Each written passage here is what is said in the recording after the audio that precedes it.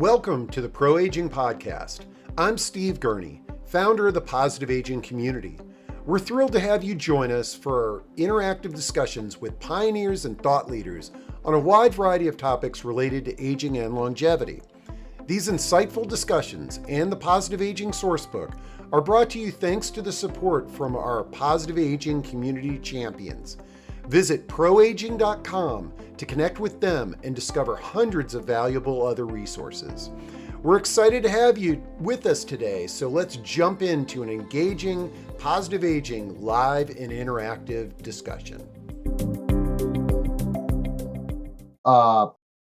We're going to meet Katya De Luisa, which I probably botched her last name, but she has written a book, Journey Through the Infinite Mind. But one of the things that she discusses in her book is awareness, is the awareness of our loved ones in the later stage of dementia. And let me welcome Katya to the stage, and we're going to get to know her and learn a little bit more about, the awareness of our loved ones and our clients who have dementia. So Katya, if you want to turn your video and audio on, we will, there you go. Excellent. Okay, there we are. And folks, this is our discussion with Katya. One of the coolest things about it is it's just totally showing that the positive aging community is completely global. Katya is 3,700 miles away from me in Washington, D.C., Costa Rica, and we're going to not to mention we're going to talk about exploring awareness of dementia, but also hopefully we'll talk a little bit about your efforts to educate people in Costa Rica and the surrounding regions there as well. But before we dive into this, Katya, tell us a little bit about your background, and then we'll jump into conversation. Okay, most of my life I've been a professional artist, let's say, and I started doing art therapy because I realized that my own art was therapeutic for myself. I had issues, and the art helped me out. So I started creating art therapies for organizations. Long story short, I'd lived in Central America for many years, working with street children in 5 different countries, doing arts programs in different organizations that work with these kids. And I went to the States, and in Sarasota, Florida, I got a job working in a small ALF to create an arts therapy program for their residents.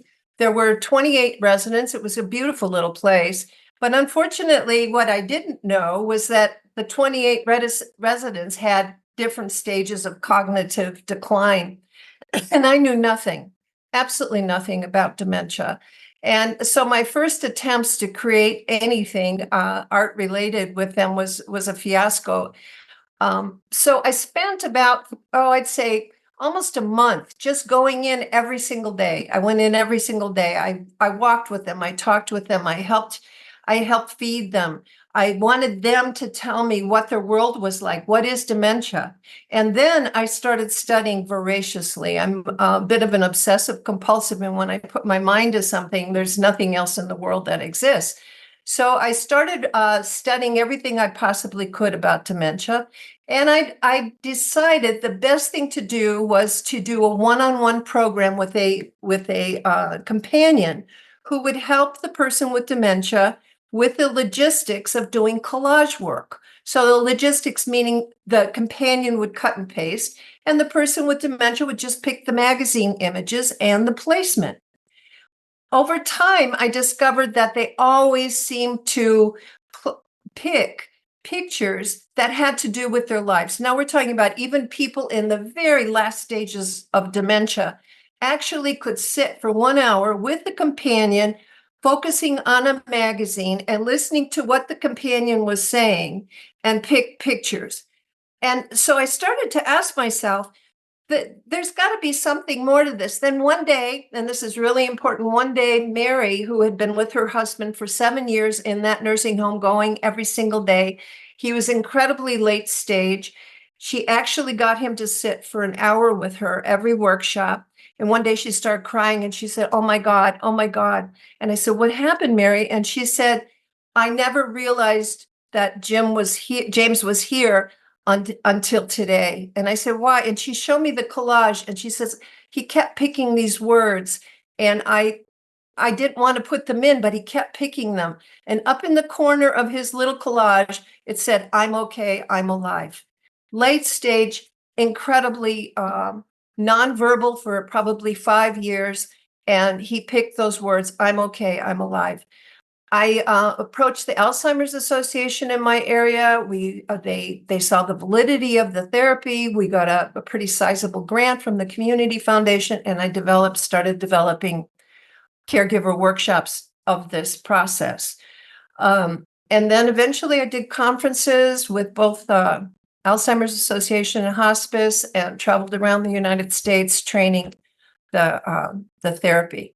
So it I gave love me it. a really good view into the inner world of the person with dementia. And how long ago was this that you where you stumbled into this through art in an assisted living community in Florida? How many years? 25 years ago. 25 years ago. So Mhm.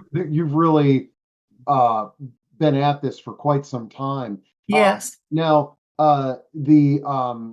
actually, this is what I love about these discussions. Trin already has a question for Katya, and she says, because of your therapeutic approach, supports yourself and others, what is the most satisfying way you are doing your practice right now? And she was great question, Trin.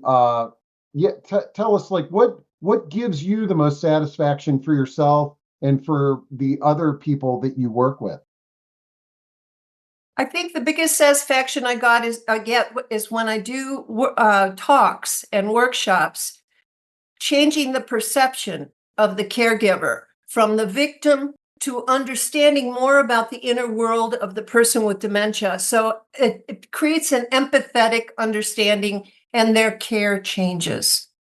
And that, I think, is the most that gives me more joy than anything. And the reason for that is I started this to give a voice to those who had no voice. And by doing that, I'm giving a voice to the loved ones of caregivers so that they can understand that they're still there.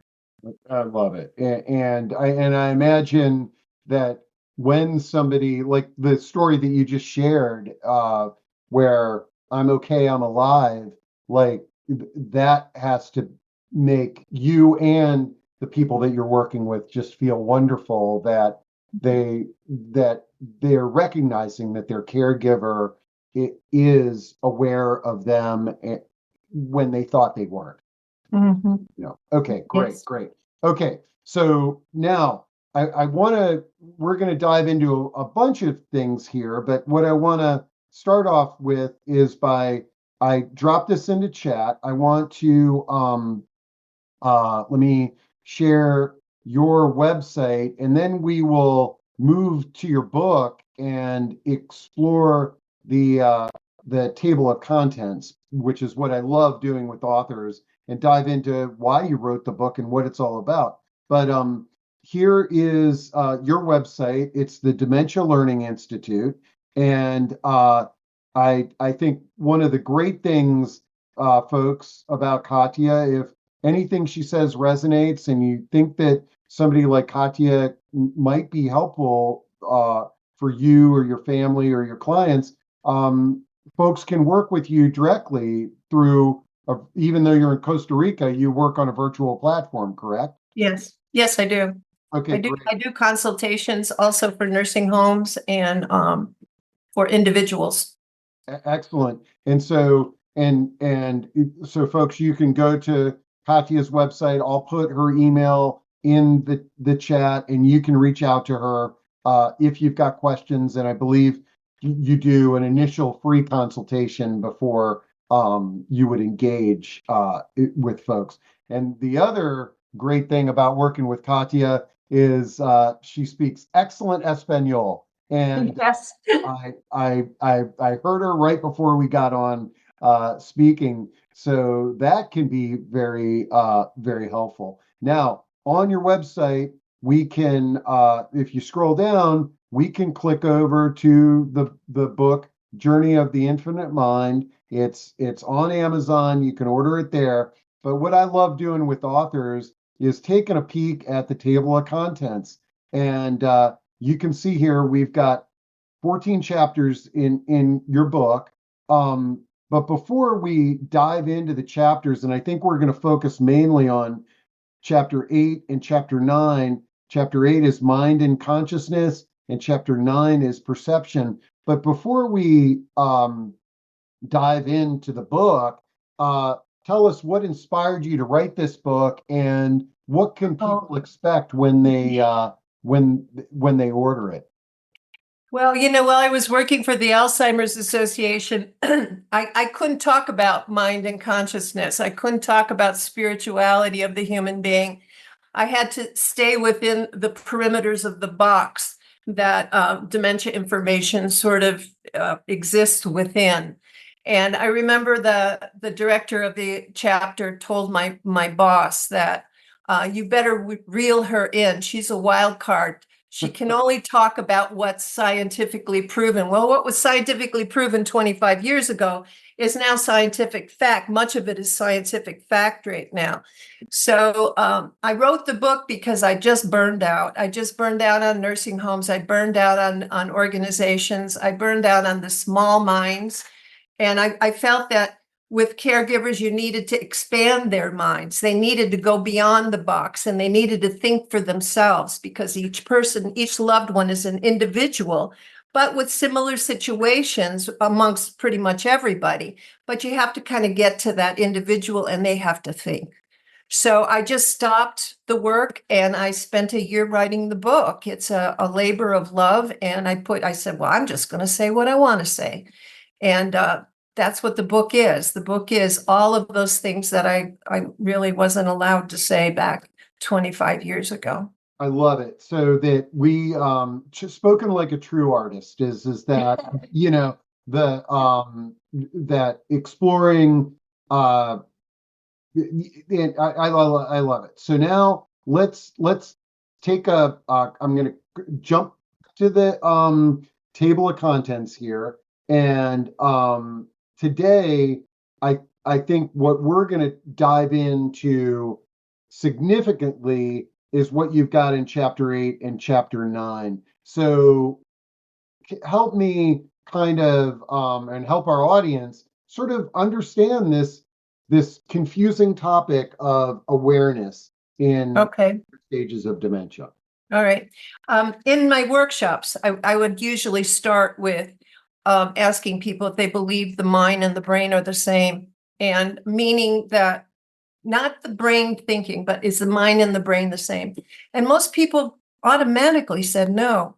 Well, then what is the mind? Then we have to figure out, okay, what is the mind and versus the brain? Brain has brain generated thoughts. Thoughts are the neurons within the brain that are firing constantly. I mean, we think when we're sleeping, we dream. The brain never sleeps. The brain is constantly going. But it is, like I like to call it, it's the operating system for the meat suit. This basically, to me, is the physical body is a meat suit, and the brain is part of the meat suit. The mind is more than just the casing. In other words, the mind is the driver of the car. The mind is the spark of energy in the machine. So when we look at the brain as basically something that can be damaged, but then we look at the mind and we go, well, can the mind be damaged if the brain's damaged? And I say no. So I started to do a lot of research on science and how the brain works. And I wanted to be able to correlate my theories with scientific fact, or at least fact that had already been accepted as fact. And basically, when someone dies, for instance, there are thousands of reports of people who have either died or been on the operating table. They're not supposed to be able to hear things, or they've been brain dead for as long as 20 minutes, where there's absolutely no brain waves, coming back and being totally conscious during that time when the operating system was considered dead. There are people in comas have been considered to be gone or not there for years and years, until they found out that 40% of coma patients are consciously aware. Cerebral palsy for years and years was considered to be also a mental problem, not just a physical problem. Again, we have damage to the operating system, which is the brain. And so many of them were there when parents would put them in institutions, thinking that they were going to be a vegetable the rest of their lives. Can you imagine being aware during that time?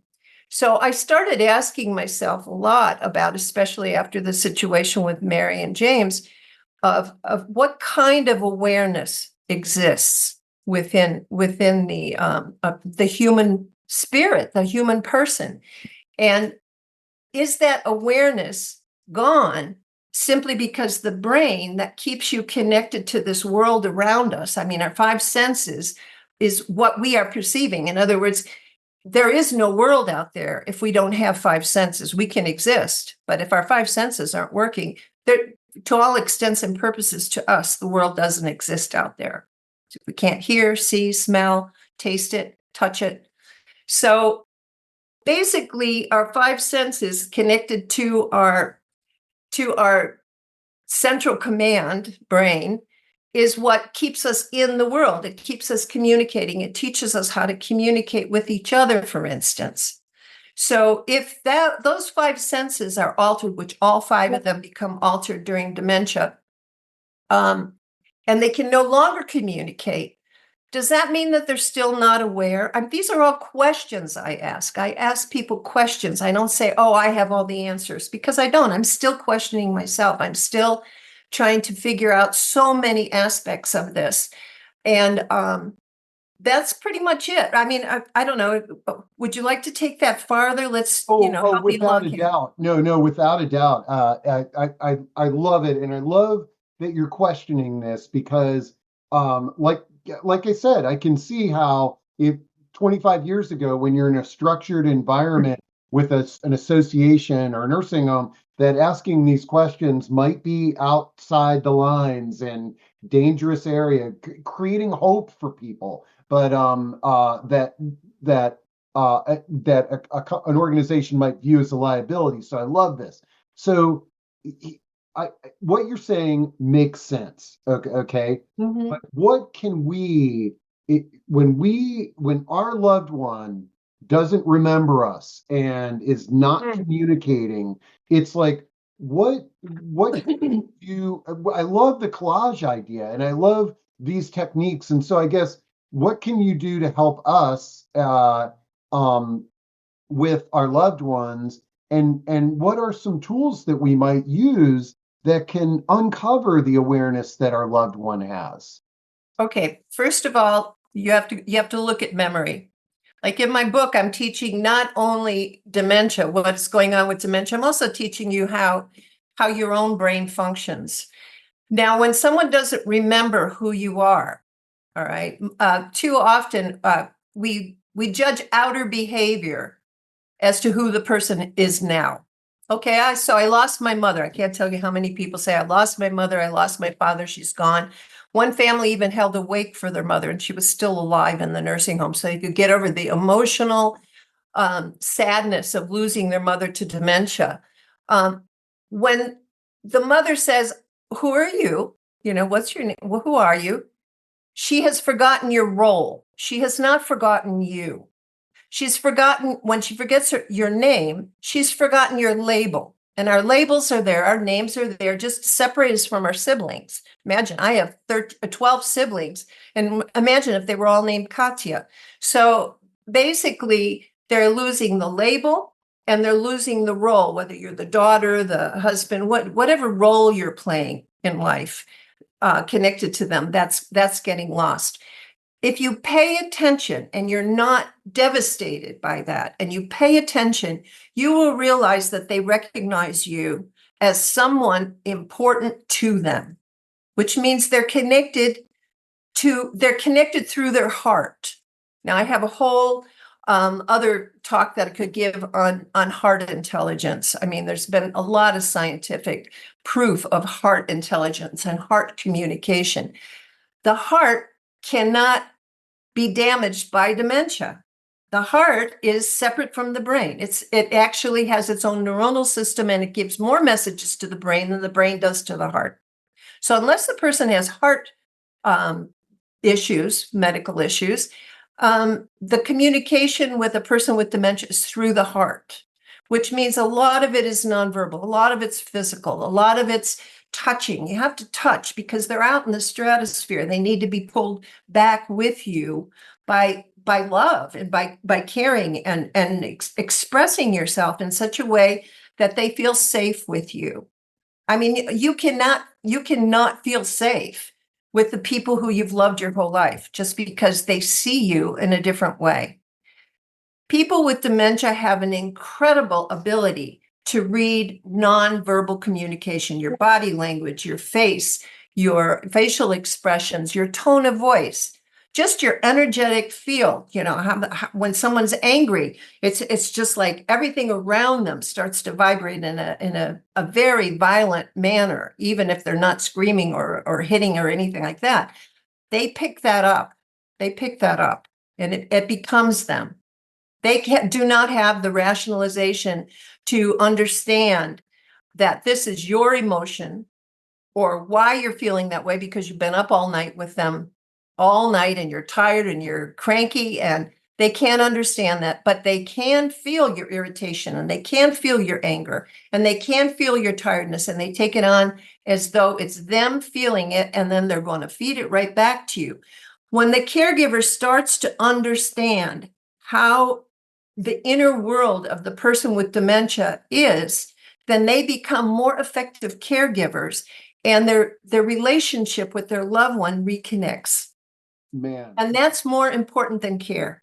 I love this. Okay, first off, I'd never heard of heart intelligence, and I dropped a little definition in chat. It says the flow of awareness, understanding, and intuition we experience when the mind and emotions are brought into coherent alignment with the heart. And I think, just as you know, thinking about caregivers out there, just awareness that there is this heart intelligence is very important. And the other thing that you're talking about is how people with dementia and cognitive impairment can read and react to our feelings. And this is, I mean, every dementia expert out there says getting angry with somebody who has dementia will only create a more stressful situation for everyone. And so, you know, when you say, Dad, don't you remember who I am? What you're saying, Katya, is what Dad sees is an angry person. And how do you expect him to react if he sees an angry person? It's a little more profound than that because Good. Dive deeper. Okay, let's dive deeper. Science, we'll talk science. We are all energetic beings. In other words, this meat suit that we have gives off energy, just like the computer gives off energy, the refrigerator gives off energy, and the neurons require energy in order to communicate. In other words, for our brain to function, it functions with electrical energy. Well, that creates an electromagnetic field that actually goes beyond your body. So basically what you're doing is you're giving off sparks when you're angry. Let's say we're giving off sparks, and that spark hits the other person. Next thing you know, that person's angry. Of course they're going to get angry. But the difference with dementia is the fact that they can't understand that this is your feelings. They can't look at your face and see your anger and say, oh, she's angry about something. No, they see the anger. They take it on like it's their own anger. They feel it like it's their own anger, and they'll feed it back. Now, the reverse of that is when they feel love and tenderness from someone, they also take that on and will feed it back. Now, there are times that the wiring is just going haywire. There are times, but I found there are much more times when the caregiver is feeding the negative emotion to the person, and without trying to do it. They love the person. They're just trying their best. But the problem is that when you're tired, when you're irritated, it's with you. And you don't have to say anything or do anything. It's just there. It's just this energetic field around you, and they pick that up. Man, They pick it up. this is great. And Pamela says we're always making emotional memories. Our emotions can also be subconscious, and I guess this is what you're. I think one of the challenges, I forgot how you described it, is that a person with dementia is not sort of operating by the specific labels that we're used to. Um, it, I frame that again. They know. Okay, your name is your label, your role as daughter or husband or wife or whatever is just your role. They're losing the labels and the roles. Okay. And that includes everything else. How do you describe this? They actually lose the ability very early, actually, especially with Lewy bodies, is very early. Many people lose the ability to find, to label their own emotions. In other words, I talked with a man with Lewy bodies, and I asked him, he was talking about some new people came to the house and how he couldn't find words. And I said, well, how did that make you feel? He couldn't find feelings. He couldn't describe feelings. He would just tell me, well, then I did this and then I did that. I said, no, how did it make you feel? And he would look at me very confused, like, what's a feeling? So he couldn't. Feelings are a label. That's a label for emotions. Emotions are a label. Every word that we have is a label for something. And so they start to lose what the connection of that label or that word is to whatever it's connected to. Understanding that's very important. I always suggest, for caregivers, if you say, for instance, would you like lunch? Don't say, would you like lunch? Just hand it to them. Just bring lunch and say, and here's your lunch, so that they can visually connect with what you're saying to what they're visually seeing. Hold up a couple shirts. This shirt, the blue one or the white one, which one you like? Visually connect to what you're saying or what you're hearing, what they're hearing. The collage communication was visual and auditory, because the companion would talk about the pictures. Oh, you have a dog in there. Oh, I used to have dogs. Did you ever have a dog? You'd be surprised how even nonverbal people would come up and say one or two words that they hadn't said in years, because visuals were connected to what the question was, what was being discussed. So they could focus on the visual without focusing on where the voice was coming from, which was very important because they can't do the two at the same time. I love it. Great thoughts. Okay. Betty has a question, and is how do you handle the frustration and anger expressed by the person who has dementia? Maybe some examples, or what guidance would you give Okay. somebody like Betty that has a loved one who's angry and frustrated? Okay. First of all, start by acknowledging that they're upset. You can say, I see that you're upset. But your tone of voice, you have to really watch your body language, watch your face, watch your tone of voice. Put the tone of voice, if you have to, in a very monotone. Better to put it in a kind, caring, loving way. But just say, I see you're upset. I want to help you. And you can, if it's your mom or whatever, you can say, Mom, I love you and I really want to help. And if it's a firing, because sometimes it's a dementia firing, the firing is just going on in their brain and they can't help it, and there's nothing outside that seems to be able to calm that. Leave the room. At least leave the room for, keep your eye on them, but leave the room. Do not stay in their presence. Then when things start to calm down, it takes two to get angry, so it's really hard to be angry at nothing. So when they start to calm down a little bit, you come in and you say, bring some food, bring something that they love.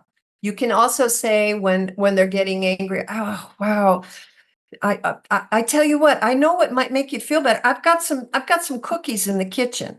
And I'm not real fond of the sugar idea, but they are in love with sugar. There's a whole reason as to why they remain. The only taste that remains is sweet, but that's a whole nother conversation. So have them, if they start to eat, the firing to the anger, triggering will move to another part of the brain that has to do with taste and food and calm them down. You want to redirect when you can redirect, and you also want to be able to look at the symptoms or the look and watch when people are about to get angry. I was also a home caregiver for a while. I did that for a while, and I learned, and I had some angry people, believe me, and I learned to see the signs before they exploded. In other words, before the brain could start firing into the angry mode, I would redirect them before they got angry. Hmm. And yeah, because you can discover these patterns and then discover what makes our loved one upset. I love this comment from Michaela.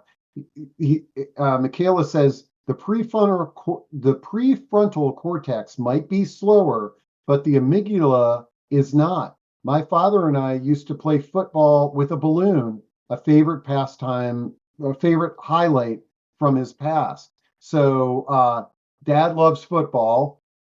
Obviously, reflexes and what have you. Right. You're not going to get out in the backyard, but playing with a balloon and talking about football, you could see where that could ignite some positive memories and uh, just riff on that one a little bit. Kathy. Okay. Remember that every cell in your body has memory. Every cell in your body has intelligence. Every single cell. These are things I talk about. This is what I really loved about learning about dementia, was I actually learned about the human mechanism. So when he kicks, that was something he loved to do. When you do something physical that you love to do, it's a stronger connection in your memory, which means it'll be in your later stages of dementia, that will be your long-term memories that remain because you were emotionally connected to whatever you were doing. And he obviously loved football. So believe it or not, every cell in his feet and his legs, everything has memory. So you push the balloon towards him and he automatically kicks. So anything that your loved one loved to do, there is still residual memories of that process. Now, one thing that I see when I visit memory care communities is there's oftentimes linens and things of that nature that people can fold and put in laundry baskets. And I was told years ago that the demographic of many of the people living here, they were homemakers and they enjoyed folding laundry, and this is very therapeutic. Is that kind of course, and also babies, they never lose what they loved. They never lose what they loved. If they loved animals, they will love animals forever. If they love babies, if they love doing a certain thing, that is there, but it's not a brain thought process. Remember, there's a difference between awareness of what's going on and thinking about what's going on. Okay. And that's where people get caught up because they don't understand that she's not going to think, oh, this is like my dog Charlie I used to have, or oh, I used to love doing this. No, those thought processes aren't there, but they are aware of what they're doing feels good because it's connected to their emotional system. Okay. So anything that they loved, they never lose. and Betty says my sister responds to Andrea Bocelli. I believe I hope I pronounced that in a very positive manner when I play his CDs. So that's another great thing for all of us to be thinking about is the music that we love that and do you All right, I have a suggestion with that. Music is an incredibly powerful element for the brain because it uses the whole brain. It's predominantly a right brain perception, but it uses the whole brain. And I've seen incredible results with people in later stages with MP3 players, you know, where they program in their favorite music and they put the headphones on because it cuts out all of the other distractions. It cuts out all the noise in the room, even a quiet room. I mean, I can hear my fan going in here. That all gets cut out except for the music. And I've actually seen videos. There's a wonderful video of a ballet dancer in her very last stages of dementia, sitting in a wheelchair. They put it on, and she was a professional ballet dancer. And they put on the headphones, and she started to move her arms as though she were on stage. And then she kind of signaled to the guy to bring up the volume. Now, she had no responses for years. The woman was in very late stages, and yet there was she was doing these gorgeous movements with her hands. And another one where a man started to talk, and they sing along. The words are always remembered. So music is an incredibly strong, I want to say, stimulant for the brain with people with dementia. Okay, Sandra has a wonderful question that I'd love to hear your feedback on. And she says, "We married later in life, and I didn't know my husband in childhood. He's now living mostly in his early years, which were apparently traumatic. Any advice for a situation like this?" That is such okay. Our subconscious is 95% of our brain function. Every day, everything that we do, everything we think and so on is basically 5%. Our interactions are 5%. That 95% holds his traumas. The most important, I write articles weekly, and one of my articles was on trauma, and another one was on if you were a child abused by the person you're caring for. I always recommend don't, because you're going to have triggers that you can't help. They get triggered with their child abuse or their traumas, and you may never know that it's a trauma that they experience. You may never know. They'll just react in a strange, crazy, angry way. Well, maybe something reminds them of the trauma enough that their brain triggered. So what you want to do is, again, reroute those triggers. In this case with this lady, she needs to talk a lot. I mean, I would say 50 times a day, tell him how much you love him and that he's always safe because he's here with you. That you don't have to go to the trauma. You're not going to fix it. What you want him to do is feel safe. And you want him to feel safe with you. So you have to use those words. You have to say, "Don't worry, sweetheart, you're here with me now, and you're safe. I will always keep you safe. I'm here for you. I'm always here." And then hug him and kiss him, because they need that physical contact to bring them back into that. And then that creates an emotional spark, which starts to create an awareness memory. In other words, people say, "Oh, with dementia, they can't create memories." That's not true. That's not true. They just don't create verbal memories. They actually remember when you put them in a routine. They remember their routines. That's memory.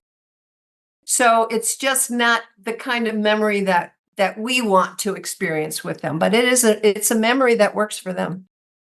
So I would say with trauma. And I imagine a lot of this is, we talked about this and your whole inspiration. It's a little bit of experiment. It's experimenting. It's like it's seeing what resonates and what works and what language and how you would say "I love you," and maybe you get a better response and then you fine tune it. But I love what you're saying is that this person is diving into a deep, dark, emotional area, and we want to make him feel safe. So Remember that people with dementia never feel safe. they're in a topsy-turvy world. I used to say it's like an ongoing acid trip. They're constantly, I mean, there's some of them are hallucinating, other ones are hearing things that aren't there. The world itself, their body, their actual body loses its position in space. We constantly know where our body is in space. They can't tell where their foot is. They can't tell where their hand is. They walk into a room, they could fall because they don't have the balance because they can't position themselves in the space around them. So if you can imagine what that must feel like, it must feel like you're moving through a void all the time. So they're in fear constantly. The main thing that caregivers need to create is a safe environment and that you are their advocate. You are there for them. Nobody else is more important. When I was caregiving, that I would have to take someone to lunch or whatever, and they would act out. I didn't care who was looking. I didn't care who was there. That person, my focus was always on that person. They knew they were safe with me. Yeah. Nobody else was more important than they were because they're scared. Yeah.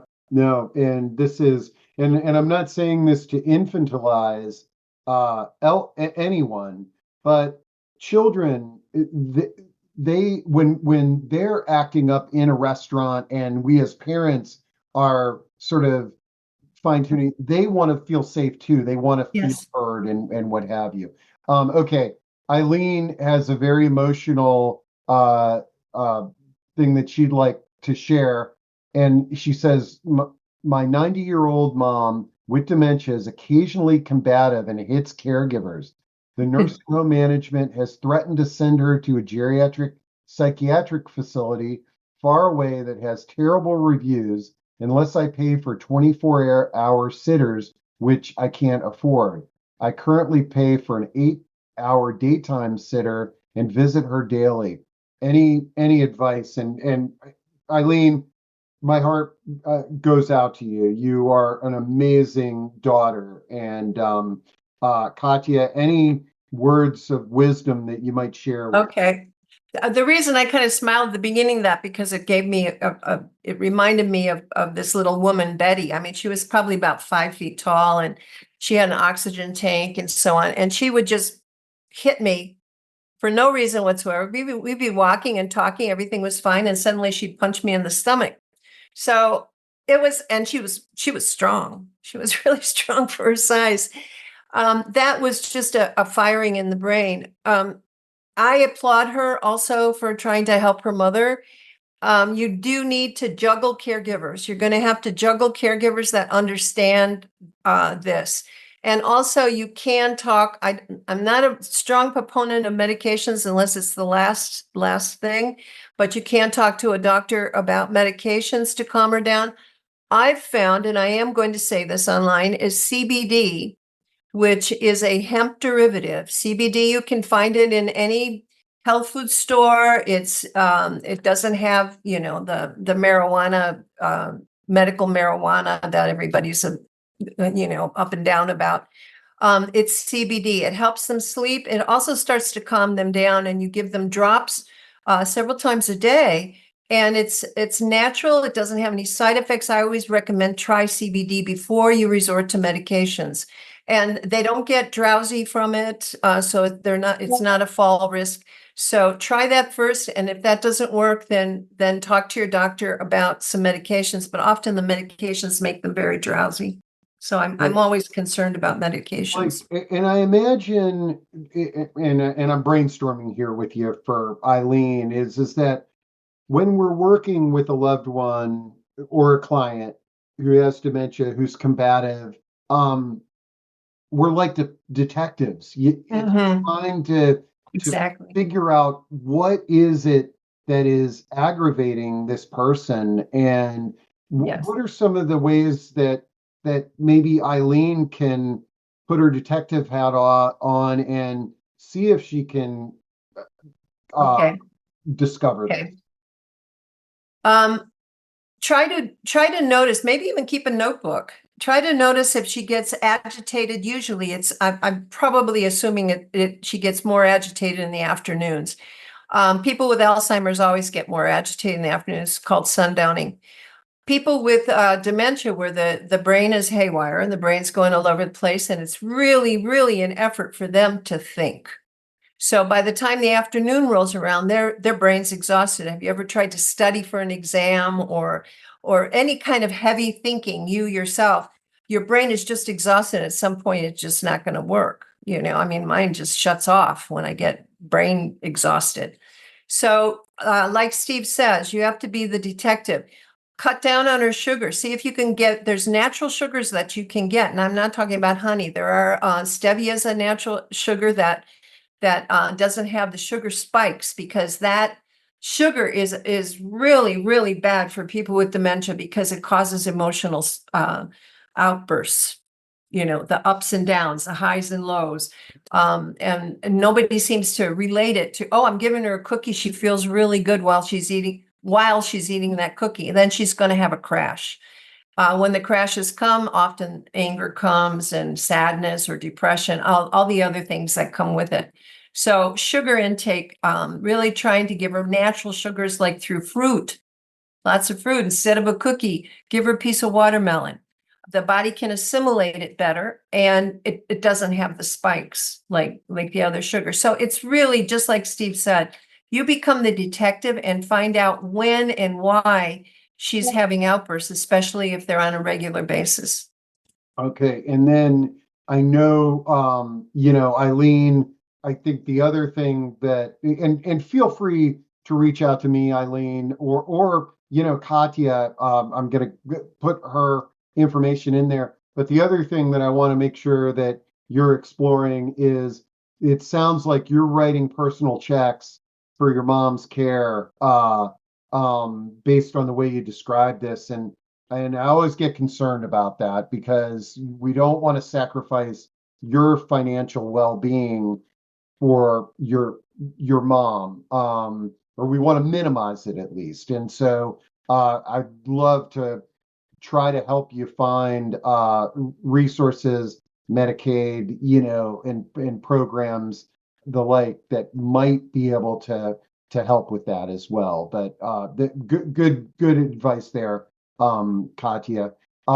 Chanel says, my mother is 90 with dementia. We care for her at home. At bedtime, she often does not want to get up from her jerry chair to use the bathroom and get into bed. We sometimes are unable to get her out of the chair until after midnight.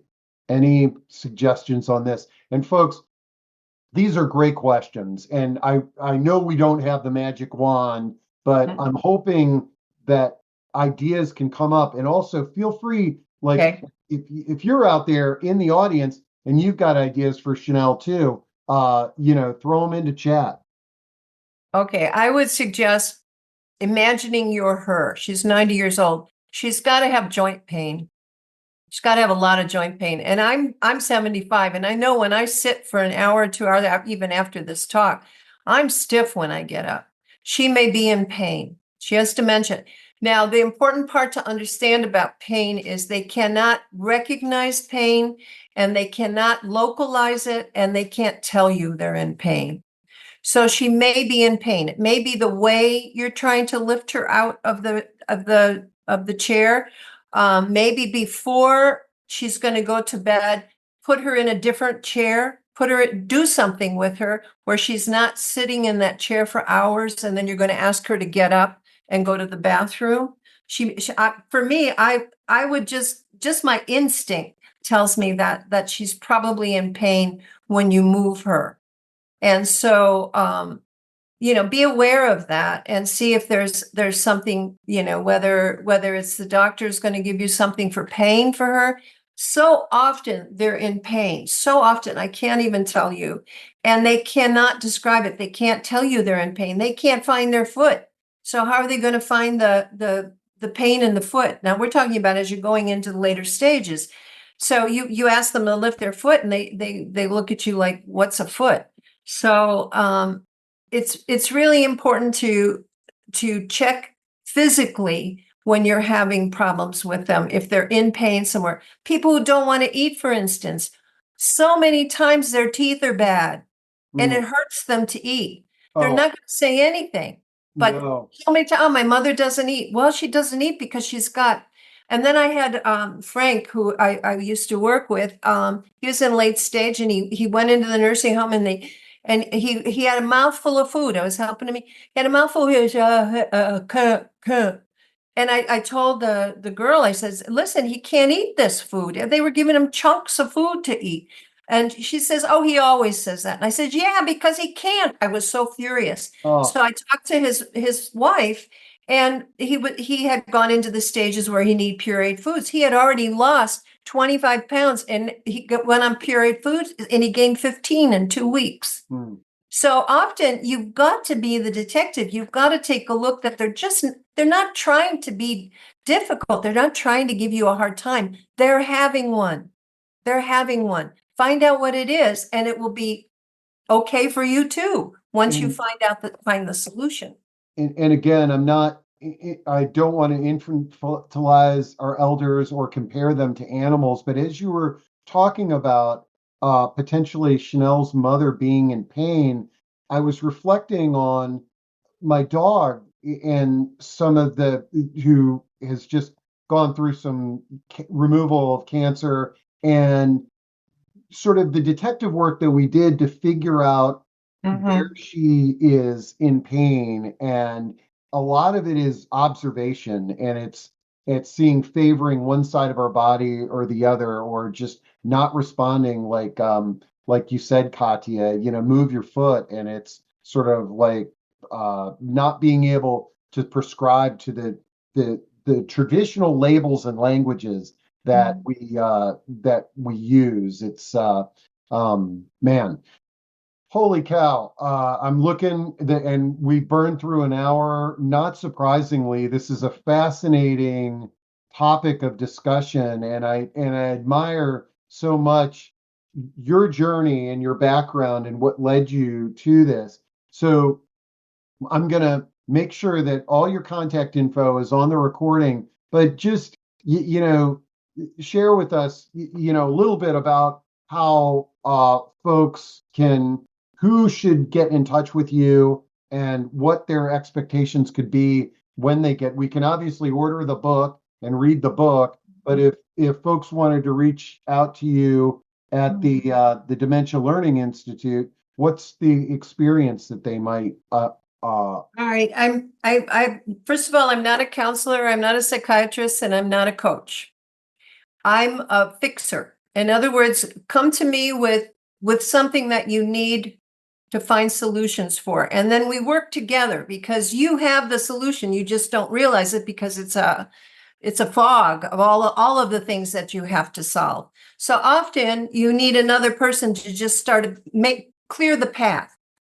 Okay. And once you start finding your problem solving abilities and start to fine tune them, it becomes easier for caregiving, because a lot of the problems that seem so big are actually not that big. It's just the fact that you're so bombarded with so many of them, so many problems. So I help people to fine tune core issues. What is the main issue that's happening? And it's not just about caregiving, because often it's about your own self, and how you are going to have to become more self-aware in order to care for someone, because they're going to trigger stuff that, if you're not self-aware about yourself, that's going to get out of control. So I try to help with your own self-awareness, and to help you to solve specific issues that you need to have solved, whether they're emotional, or whether they have to do with care, or whether it just has to do with depression, whatever. But I am not, like I say, I'm not a support group. So when you tell me your problem, if you're needing to just vent, you need to find a support group, because I'm there to help you move beyond that. I try to help you move beyond being the victim. got it. And it's very hard not to feel the victim Oh when no, you're caring with somebody with dementia. man. Well, this is great. And I tell you what, let's finish our talk here. We burned through an hour. Oh, you froze. I have that video of the former ballerina, all queued up. And why don't we? I'm going to say thank you to you, Katya. This was wonderful. And then I'm just gonna share this video in closing. I think it's a wonderful way to inspire us all. What do you think, Katya? I agree 100%. It's a Okay, wonderful great. video. So, okay, you can see my screen there. All right, here we go, folks. And have a great weekend. And we'll close with this video here.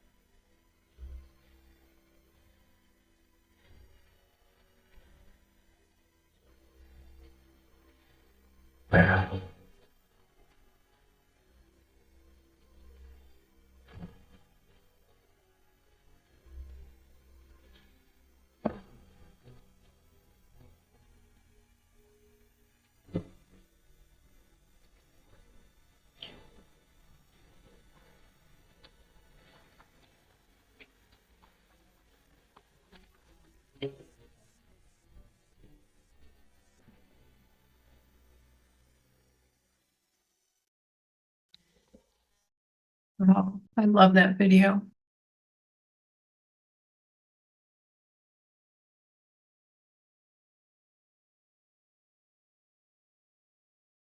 That was wonderful. All right, thank you, everybody.